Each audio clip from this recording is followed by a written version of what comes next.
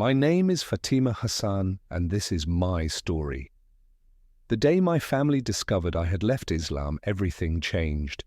I was no longer their daughter, their sister, or their friend. To them, I was a disgrace. Worse, I was someone who deserved to die. I remember the fire, the unbearable pain, the smell of my own flesh burning.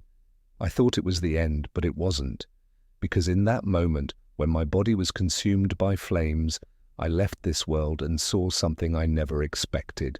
I saw Jesus, I felt his presence, his love, and what he told me changed everything. This is my testimony. This is how I died and came back forever changed. I was born into a devout Muslim family. From the moment I could speak, I was taught how to pray, how to recite the Quran, how to obey.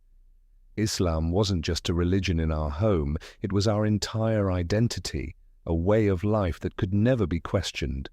So I followed every rule. I fasted during Ramadan. I covered myself, as I was told. I did everything to be the perfect Muslim woman, but deep inside, I struggled.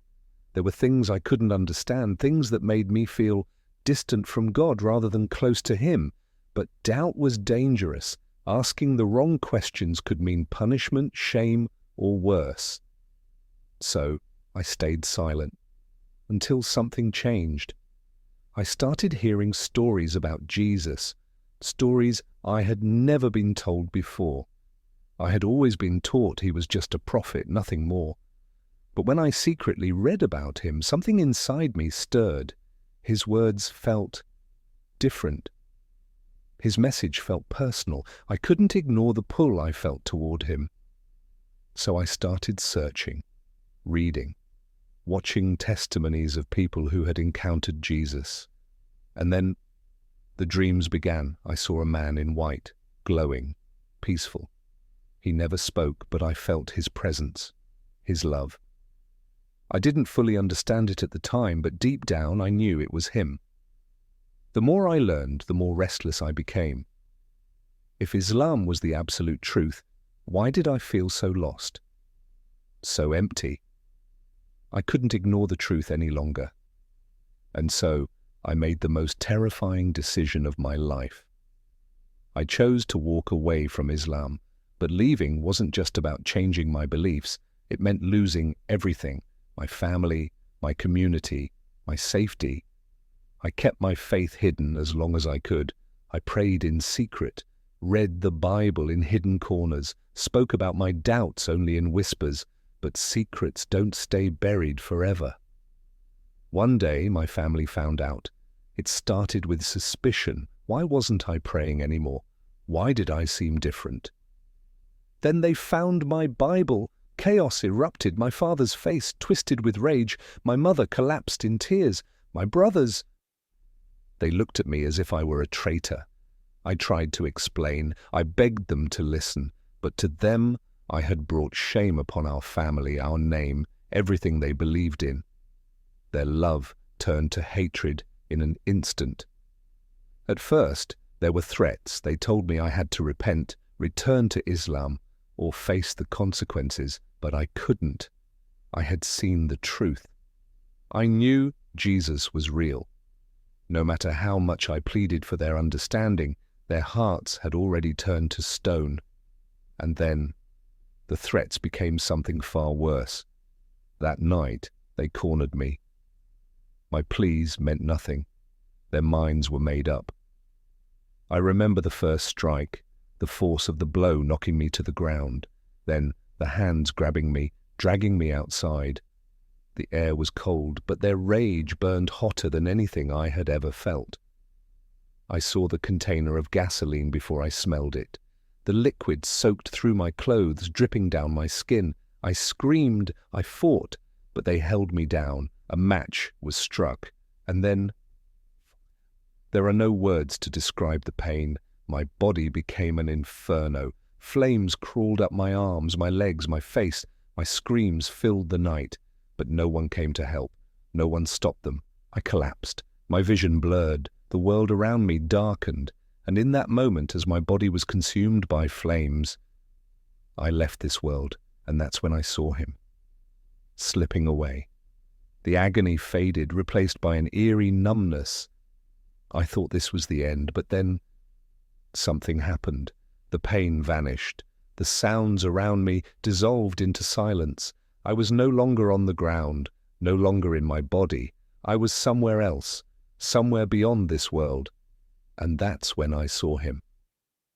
As the fire consumed me, everything faded, the pain, the screams, the world itself. It all slipped away. I felt weightless, as if something was pulling me, lifting me out of my body. Then I saw it, my own body, lying on the ground, charred and lifeless. My family stood around me, some frozen in shock, others turning away. I should have felt fear, I should have felt pain, but I didn't. Instead, I was detached, as if I were merely an observer, watching someone else's suffering. And then everything changed. The world around me vanished, and I was plunged into darkness, a deep, suffocating void. It was cold, not just physically, but in my soul. I was utterly alone. Then the whispers began. They came from everywhere, harsh and mocking, voices filled with accusation. You betrayed the truth. You left the path. You deserve this. The weight of their words crushed me, and fear wrapped around me like chains. Was this hell?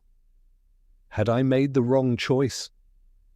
I wanted to scream. I wanted to run, but there was nowhere to go. The darkness stretched on, endless and suffocating. Despair clawed at me, pulling me under, and then a light appeared. At first, just a distant glow, a single spark cutting through the blackness, but it grew, brighter, warmer. And suddenly I wasn't alone. I heard my name. A voice, strong yet gentle, called to me, Fatima. And then I saw him, Jesus. He stood before me, surrounded by a light so pure, so radiant that I couldn't look away. It wasn't just light, it was love. Love so deep, so overwhelming, that for the first time in my life I felt truly whole. I fell to my knees. I couldn't speak. I couldn't move. I just wept. And then he reached out. His eyes, filled with compassion, met mine. You are loved. You are mine. It is not your time yet. In an instant, the fear, the guilt, the loneliness, it all disappeared. I felt peace like I had never known before. Then he showed me something else, a glimpse of a place beyond this world, a place filled with joy, love, and worship, a place where there was no pain, no fear, only pure, eternal peace. I knew without a doubt I was seeing heaven. And in that moment I understood. I had been searching for him my entire life. Through the doubt, the fear, the rejection, he had been calling me all along. He had never abandoned me. You must go back, he said. Tell them what you have seen. Tell them about me. I didn't want to leave. I wanted to stay in that light, in his presence. But before I could speak, I felt myself being pulled back into the world, back into my body. And then, with a gasp, I woke up. My first breath felt like breaking through deep water. I choked on air, my lungs burning. Voices shouted around me, crying, but they seemed distant. And then the pain returned, searing, unbearable. But something inside me had changed. I had been in the presence of Jesus, and I knew, without a shadow of a doubt, that he was real. When my family saw me alive, their faces twisted in shock and fear. I should have been dead. The doctors had already said there was no chance of survival. My burns were severe. There was no medical explanation for why I was breathing again. And yet, I was. They rushed me to the hospital, where the doctors stared at me as if they had seen a ghost. She shouldn't be alive, one of them whispered. They told me that even if I survived, I would live in agonizing pain for the rest of my life. But something incredible happened. I began to heal, faster than anyone expected, and the scars that should have taken years to fade The doctors couldn't explain it. The nurses called it a miracle, but I knew exactly what it was. Jesus had touched me. He had brought me back for a reason. When I was finally able to speak, I told them everything. The darkness, the voices, the fear, and then the light, the love. The moment I saw Jesus, not everyone believed me. Some dismissed it as a hallucination. Others refused to listen at all. My own family grew even colder, realizing I hadn't changed my mind. I had only become stronger in my faith. But their doubts didn't shake me. I knew the truth. Jesus was real. He had saved me, not just from death, but from eternal darkness, and I had to share what I had seen, even if people rejected me, even if it meant standing alone. As I recovered, I realized I wasn't the same person who once lived in fear. The questions that had haunted me for years were gone. I wasn't searching anymore. I had found the truth, or rather, He had found me. Word of my story spread, slowly at first, but people began to listen. Some came in secret, whispering their own doubts, asking about the Jesus I had met. Some, who had felt lost just like me, started searching for Him themselves.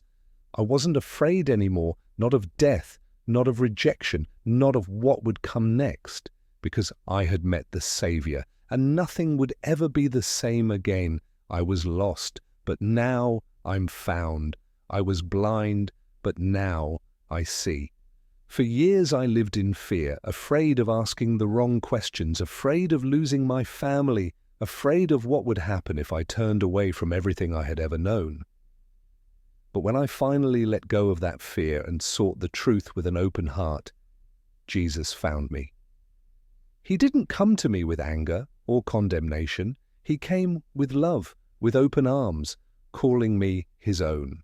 If you're searching, if you feel that emptiness inside, don't ignore it. That longing in your heart, that restlessness in your soul, it's not meaningless. It's Jesus calling you, just as He called me. He is real. His love is real. I know what it feels like to be afraid of the truth, to wonder if following it will cost you everything, but I'm here to tell you it's worth it, no matter your past, no matter your mistakes. Jesus offers you a new beginning. He offers love, redemption, and a peace that nothing in this world can give. If you've ever wondered about life after death, this is proof. There's something beyond this life. There is a God who loves you, who sees you, who wants to bring you into His light. If you're unsure, if you're searching, just ask. Ask God to reveal Himself to you. I promise you, He will. Just as He did for me. This is my story, but it doesn't have to be just mine. It can be yours too. My story isn't just about pain and suffering. It's about redemption, about the overwhelming love of Jesus. I was lost, but He found me. I was dead, but He gave me life again. I paid the ultimate price for leaving Islam. I was betrayed, abandoned, burned, alive. But in death, I met the one who is truly alive, Jesus. He rescued me, He healed me, and He gave me a new purpose. Now I live to share His love with the world. But now I want to hear from you. Do you believe in near-death experiences? Have you ever felt something divine in your own life? Share your thoughts in the comments. I'd love to hear your story. And if this testimony touched your heart, don't keep it to yourself. Like this video, share it with someone who needs to hear it. Subscribe for more powerful testimonies of faith and transformation. And if you're searching for the truth, know this: Jesus is waiting for you. His arms are open. The truth is out there. Are you ready to find it?